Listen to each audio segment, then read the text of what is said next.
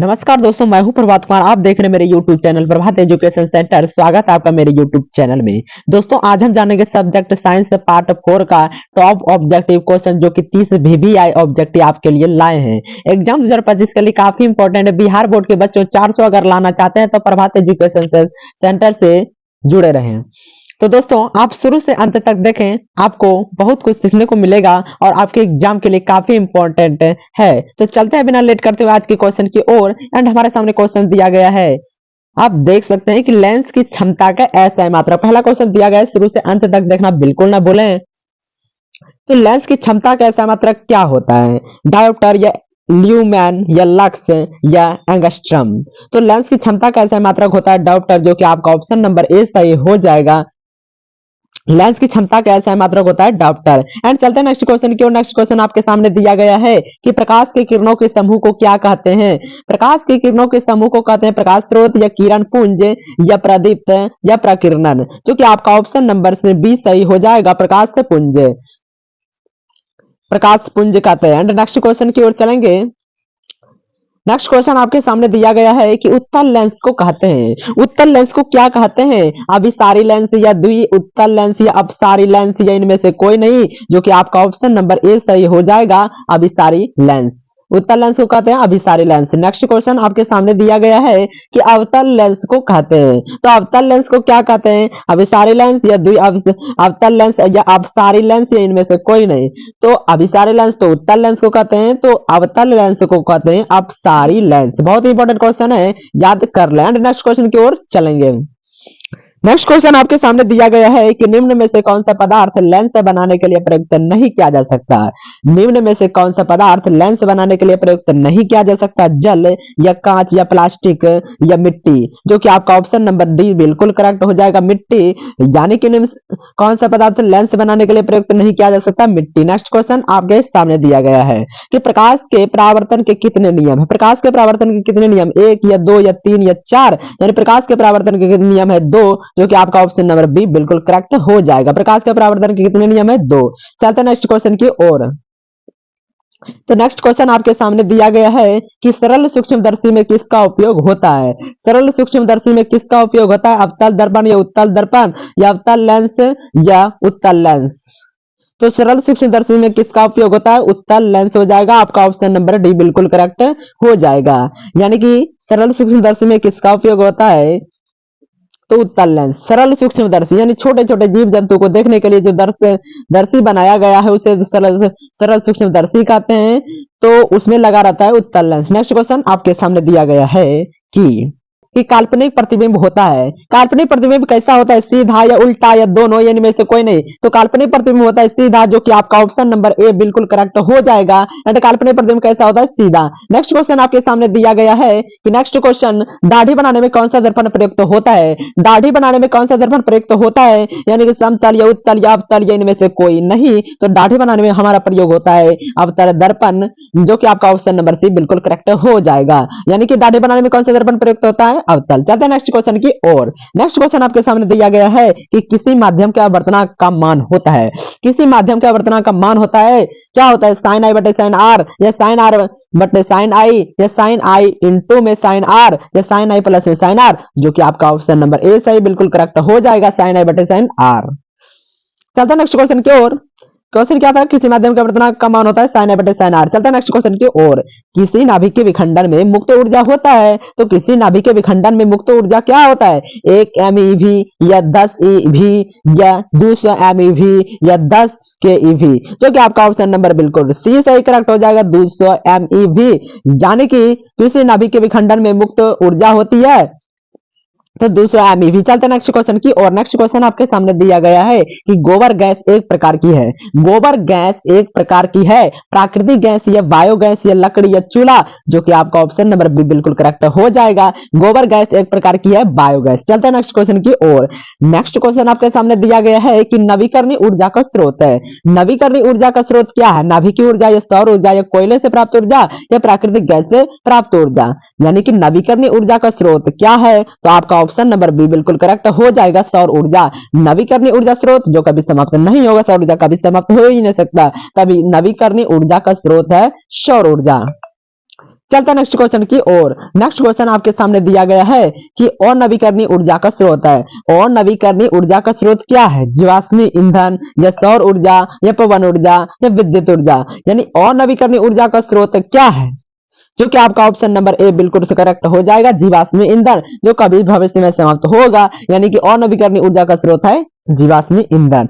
यानी ये तीनों जो दिया गया है ये कभी समाप्त हो ही नहीं सकता। तो यानी कि नवीकरणीय संसाधन तीनों हो गया और अनवीकरणीय से पूछ रहा है तो जीवाश्मी ईंधन हो जाएगा। चलते नेक्स्ट क्वेश्चन की ओर।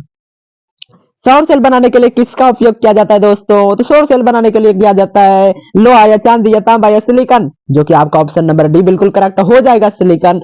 यानी कि सौर सेल बनाने के लिए किसका उपयोग किया जाता है? यानी कि सिलिकॉन। चलते हैं नेक्स्ट क्वेश्चन की ओर। नेक्स्ट क्वेश्चन आपके सामने दिया गया है कि तारापुर नाभिक विद्युत संयंत्र किस राज्य में स्थित है? तारापुर नाभिक विद्युत संयंत्र किस राज्य में स्थित है? महाराष्ट्र या राजस्थान या तमिलनाडु या गुजरात।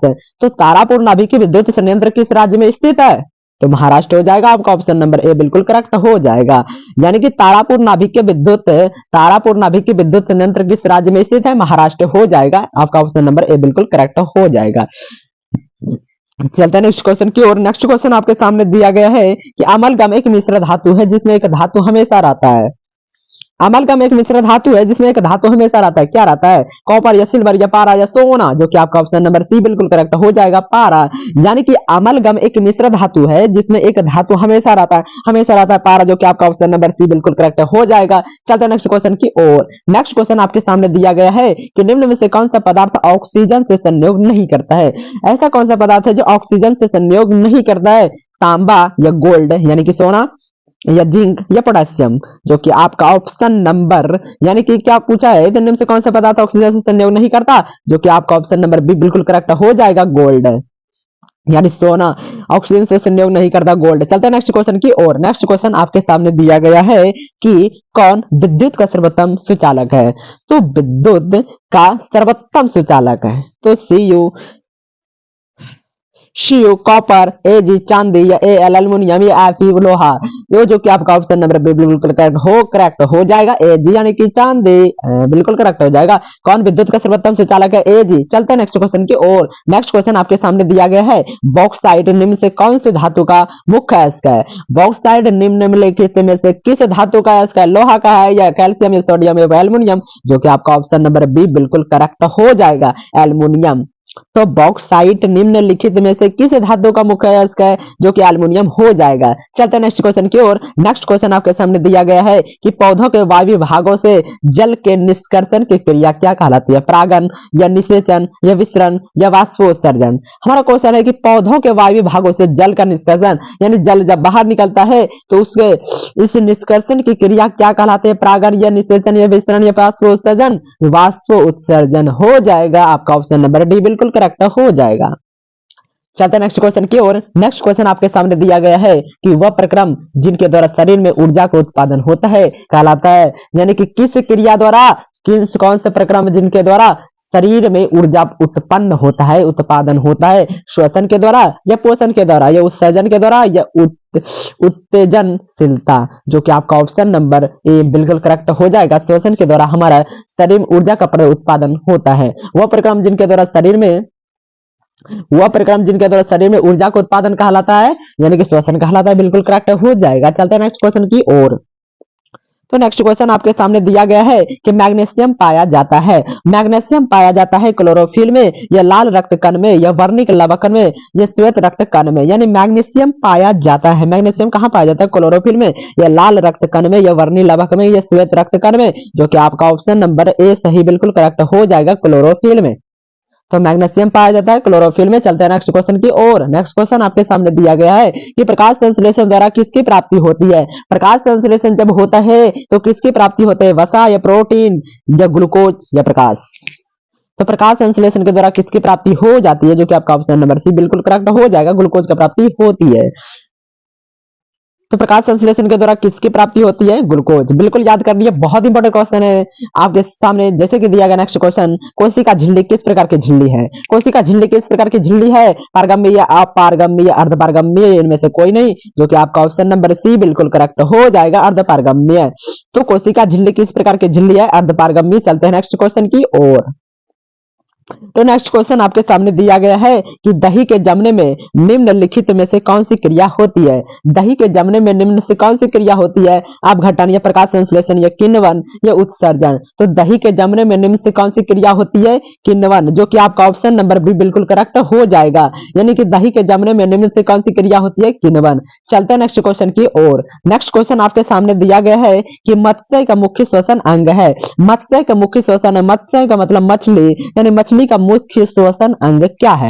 क्या फेफड़ा या गिल्स या नाक, जो कि आपका ऑप्शन नंबर सी बिल्कुल करेक्ट हो जाएगा। गिल्स है श्वसन अंग मछली का। चलते हैं नेक्स्ट क्वेश्चन की ओर।